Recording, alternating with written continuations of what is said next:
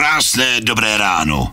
Máme tu nový den, plný slunce a skvělé pohody. Co víc si ještě přát v tom našem stále ještě trochu rozespalém obyčejném městě, plném úžasných obyčejných lidí. No snad jen nějakou stejně pohodovou muziku, která vytáhne z postele i ty největší lenochy. Obyčejné město, obyčejní lidé. A nebo je to všechno trochu jinak?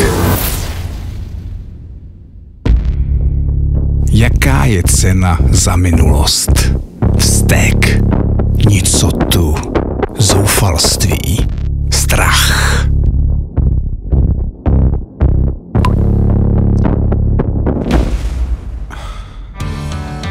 Opět se vám od mikrofonu hlásí váš oblíbený bombardiák Tom. Zdá se, že vítr je svěží a i ta nerudná stárnoucí Julie z druhého patra si už konečně našla svého Romea.